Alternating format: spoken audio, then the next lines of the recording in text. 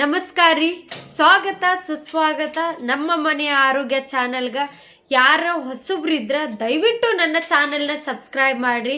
ನನಗೆ ಯಾಕೆ ಸಬ್ಸ್ಕ್ರೈಬ್ ಮಾಡು ಅಂತ ಕೇಳತ್ತೀನಿ ಅಂತಂದ್ರೆ, ನನಗೆ ಅರ್ಧದಷ್ಟು ದುಡ್ಡು ಬರೋ ಯೂಟ್ಯೂಬನ್ನ ಹಣನ ನಾನು ಬಡ ಜನ ಸೇವೆಗೆ ಯೂಸ್ ಮಾಡ್ತೀನಿ. ಅದಕ್ಕೋಸ್ಕರ ದಯವಿಟ್ಟು ಆದಷ್ಟು ಸಬ್ಸ್ಕ್ರೈಬ್ ಮಾಡಿರಿ. ಸೊ ಇವತ್ತಿಂದ ಟಾಪಿಕ್ ಏನಂತಂದ್ರೆ IBS ಅಂದ್ರೆ ಏನಂತ. IBS ಅಂತಂದ್ರೆ ಇರಿಟೇಟ್ ಬೌಲ್ ಸಿಂಡ್ರಮ್ಸ್. ನಮ್ಮ ಕರುಳುಗಳು ನಾವು ಕೊಡೋ ಊಟ ಸಹಿಸ್ಕೊಂಡು ಅವು ಲೈನಿಂಗ್ ಡ್ಯಾಮೇಜ್ ಆಗಿರ್ತೈತಿ. ಆ ಲೈನಿಂಗ್ ಡ್ಯಾಮೇಜ್ ಆಗಿ ನಮ್ಮ ಒಂದು ಇದು ಏನಂತಂದ್ರೆ ಸಂಡಾಸದ ಮೂಮೆಂಟ್ಗಳು ಬದಲಾವಣೆ ಆಗಿರ್ತೈತಿ.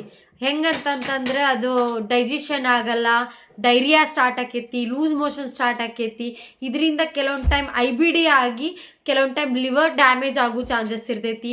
ಇಲ್ಲ ಅಂತಂದ್ರೆ ಕರುಳಿಂದ ಕ್ಯಾನ್ಸರ್ ಆಗೋ ಚಾನ್ಸಸ್ ಇರ್ತೈತಿ. ಇವೆಲ್ಲ ಆಗಬಾರ್ದಂತಂದ್ರೆ ನಾವೇನು ಮಾಡ್ಬೇಕು? ನಾವು ಚೆನ್ನಾಗಿ ಆಹಾರಗಳನ್ನ, ಒಳ್ಳೆಯ ಪೌಷ್ಟಿಕಾಂಶಗಳ ಇರೋ ಆಹಾರಗಳನ್ನ ನಾವು ಸೇವನೆ ಮಾಡ್ಬೇಕು. ನಾವು ಸೇವನೆ ಮಾಡಿದ್ವಿ ಅಂತಂದ್ರೆ ನಮ್ಮ ಕರುಳುಗಳಲ್ಲಿರೋ ಹುಳುಗಳು ಇರ್ತಾವ. ಆ ಹುಳುಗಳು ನಮ್ಗೆ ಏನು ಮಾಡ್ತಿರ್ತಾವ ಅಂತಂದ್ರೆ ಡೈಜೆಷನ್ಗೆ ಸಪೋರ್ಟ್ ಮಾಡ್ತಿರ್ತೈತಿ. ಇತ್ತೀಚಿನ ದಿನದೊಳಗೆ ಪ್ರತಿಯೊಂದರಲ್ಲೂ ಕೆಟ್ಟ ಬ್ಯಾಕ್ಟೀರಿಯಾಗಳು ಹೋಟೆಲ್ಗಳಿಗೆ ಕೆಲವೊಂದು ಟೈಮ್ ಏನು ಮಾಡ್ತಾರಂತಂದ್ರೆ ಇಡ್ಲಿ ಹಿಟ್ಟು ಹುಳಿ ಬರೆಸಿ ಸಿಕ್ಕಾಪಟ್ಟೆ ಅದನ್ನು ಸೇಲ್ ಮಾಡ್ತಿರ್ತಾರೆ. ಅಂಥದನ್ನು ತಿನ್ನಕ್ಕೆ ಹೋಗಬಾರ್ದು. ಅದನ್ನು ನಮಗೆ ಆ್ಯಸಿಡಿಟಿ ಆಕೈತಿ. ಆ್ಯಸಿಡಿಟಿ ಜಾಸ್ತಿ ಆಗತ್ತಂತಂದ್ರೆ ಗಾಲ್ ಬ್ಲಾಡರ್ ಸ್ಟೋನ್ ಆಕೈತಿ. ಯಾಕಂತಂದ್ರೆ ನಮ್ಮಲ್ಲಿ ಕೊಲೆಸ್ಟ್ರಾಲ್ ಎಲ್ಲಿ ಹೋಗಿ ಏನಾಗುತ್ತೋ ಗೊತ್ತಿಲ್ಲ. ಸೊ ನಾನು ಏನು ಟ್ರೀಟ್ಮೆಂಟ್ ತೊಗೋತೀನಿ IBSಗೆ? ನಾನು IBSಗೆ ಫಸ್ಟ್ ಏನು ತೊಗೋತೀನಂತಂದ್ರೆ ಲೀಕಿ ಗಟ್. ಈ ಲೀಕಿ ಗಟ್ ಎದಕ್ಕೆ ತೊಗೋಬೇಕು, ಯಾವಾಗ ತೊಗೋಬೇಕು ಅಂತಂದ್ರೆ, ನಮಗೆ ಸೈನಸ್ ಅಟ್ಯಾಕ್ ಆಕೈತಿ. ಅಂದ್ರೆ ನಮಗೆ ಇಮ್ಯುನಿಟಿ ಪವರ್ ಕಡಿಮೆ ಆದಾಗ ಸೈನಸ್ ಅಟ್ಯಾಕ್ ಆಗಿ ಕರುಳುಗಳು ತುಂಬ ಸೆನ್ಸಿಟಿವ್ ಇರುತ್ತೆ. ಆಮೇಲೆ ವೆಯ್ಟ್ ಲಾಸ್ ಆಗಿರ್ತೈತಿ. ತಿಂದ ತಕ್ಷಣ ಸಂಡಾಸಕ್ಕೆ ಹೋಗ್ಬೇಕು ಅನಿಸಿರ್ತೈತಿ. ಎನರ್ಜಿನೇ ಇರಲ್ಲ. ಅಂಥ ಟೈಮ್ ಒಳಗೆ ದಯವಿಟ್ಟು ಈ ಲೀಕಿ ಗಟ್ ತೊಗೊಳ್ಳಿ. ಇದು ಯಾವ ಥರ ಪ್ರಮೋಷನ್ ಅಲ್ಲ, ನಾನು ತೊಗೋತಾ ಇದ್ದೀನಿ.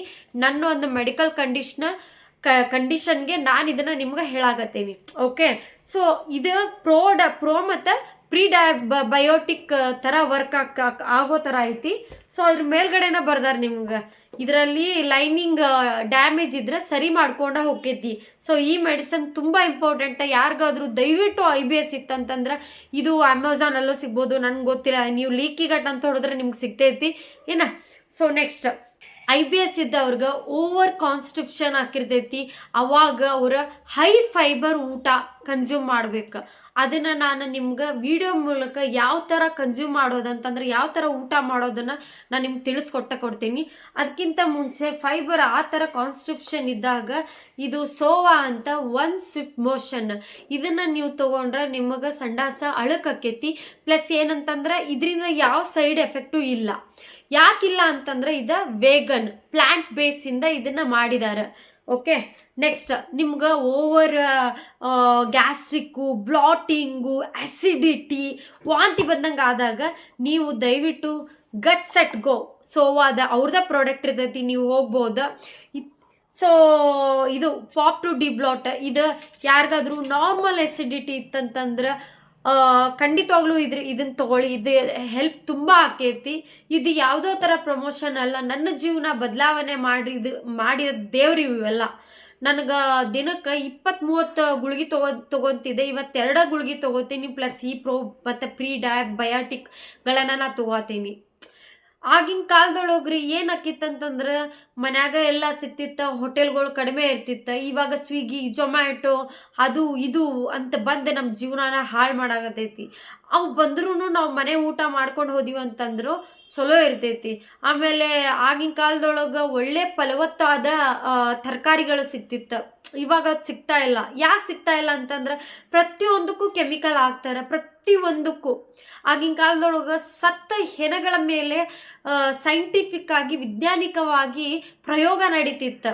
ಆವಾಗ ಮೈಕ್ರೋಬೈನ್ಸ್ಗಳು ಹುಡ್ತಾ ಇತ್ತು. ಆದರೆ ಇವಾಗ ಹಂಗಲ್ಲ.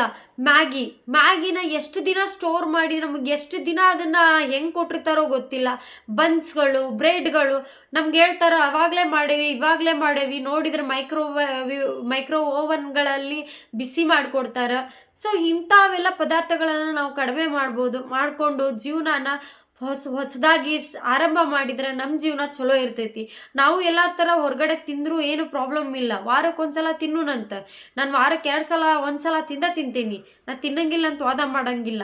ಆದ್ರೆ ದಯವಿಟ್ಟು ನಾನು ಹೇಳಕತ್ತೀನಿ, ಯಾರಿಗಾದ್ರೂ IBS ಇತ್ತಂತಂದ್ರೆ ದಯವಿಟ್ಟು ಈ ಪ್ರೋ ಮತ್ತು ಪ್ರೀಬಯೋಟಿಕ್ಗಳಲ್ಲಿ ಒಂದನ್ನು ಸೆಲೆಕ್ಟ್ ಮಾಡಿಕೊಂಡು ಯೂಸ್ ಮಾಡ್ಕೊಳ್ಳಿ.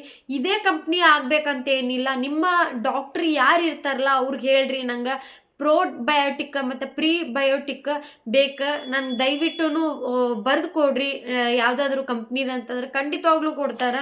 ಇದೇನಿಲ್ಲ ರೀ, ಹಿಂಗಿರ್ತೈತಲ್ಲ, ಹಿಂಗೆ ತೊಗೊಂಡು ನಾನೇನು ಮಾಡ್ತೀನಿ, ಹಿಂಗೆ ಹರಿದು ಇಷ್ಟರ ಇದ್ರ ಕೆಲಸ ಹಿಂಗೆ ತಿನ್ಕೊಂಡು ಆರಾಮಾಗಿ ಸಂಜೆವರೆಗೂ ಏನಾಗಲ್ಲ. ಇದರಲ್ಲಿ ಒಳ್ಳೆ ಬ್ಯಾಕ್ಟೀರಿಯಾಗಳಿರ್ತಾವೆ, ಮೈಕ್ರೋಬೈನ್ಸ್ಗಳಿರ್ತಾವೆ. ಆಮೇಲೆ ಇದನ್ನ ತೊಗೊಂಡು ನಾವು ಚೆನ್ನಾಗಿ ಹಾಕಿವಿ ಅನ್ನೋದಿಲ್ಲ. ಕೆಲವೊಂದು ಅಡುಗೆಗಳಲ್ಲೂ ನಾವು ಪ್ರೋ ಮತ್ತು ಪ್ರಿಬಯೋಟಿಕ್ಸ್ಗಳಲ್ಲಿ ನಾವು ನಡೆಸ್ಬೇಕಾಗಿರ್ತದೆ. ಸೊ ಹಾಗಾಗಿ ದಯವಿಟ್ಟು ಯಾರಿಗಾದ್ರೂ IBS ಇತ್ತಂತಂದ್ರೆ ಸಕ್ಕರೆ ತಿನ್ನಕ್ಕೆ ಹೋಗ್ಬೇಡ್ರಿ, ಉಳ್ಳಾಗಡ್ಡಿ ತಿನ್ನಕ್ಕೆ ಹೋಗ್ಬೇಡ್ರಿ. ಬೀಟ್ರೂಟ್ ತಿಂದರೂ ಕೂಡ ಸ್ಟೀಮ್ ಮಾಡಿ ಚೆನ್ನಾಗಿ ಮೆತ್ತಗೆ ಆದಾಗ ತಿನ್ನಿರಿ. ಬೆಳ್ಳುಳ್ಳಿ ತಿನ್ನಕ್ಕೆ ಹೋಗ್ಬೇಡ್ರಿ ಹಸಿದ. ಆಮೇಲೆ ಉಳ್ಳಾಗಡ್ಡಿ ತಪ್ಪಲ ತಿನ್ನಕ್ಕೆ ಹೋಗ್ಬೇಡ್ರಿ. ಹಂಗೆ ರಿಂಗ್ ಆನಿಯನ್ಸ್ ತಿಂತೇನಂತಂದ್ರೆ ಸ್ವಲ್ಪ ತಿನ್ನಿರಿ. ಸೊ ದಯವಿಟ್ಟು ಆದಷ್ಟು ನಮ್ಮ ಆರೋಗ್ಯನ ಕಾಪಾಡ್ಕೊಳ್ಳೋಣ. ಇನ್ನೂ ಹೆಚ್ಚು ವಿಡಿಯೋ IBS ಬಗ್ಗೆ ನಾನು ಇನ್ನು ಮುಂದೆ ನಿಮಗೆ ಮಾಹಿತಿ ಕೊಡ್ತೀನಿ. ಅಲ್ಲಿವರೆಗೂ ನಮಸ್ಕಾರ. ದಯವಿಟ್ಟು ನಮ್ಮ ಚಾನಲ್ನ ಸಬ್ಸ್ಕ್ರೈಬ್ ಮಾಡಿರಿ, ಆದಷ್ಟು ಬೆಲ್ ಬಟನ್ ಟನ್ ಅಂತ ಒತ್ತಿರಿ, ಯಾಕಂತಂದರೆ ನಿಮ್ಗೆ ಯೂಸ್ ಆಕೈತಿ ಇನ್ನು ಮುಂದೆ. ಬಾಯ್.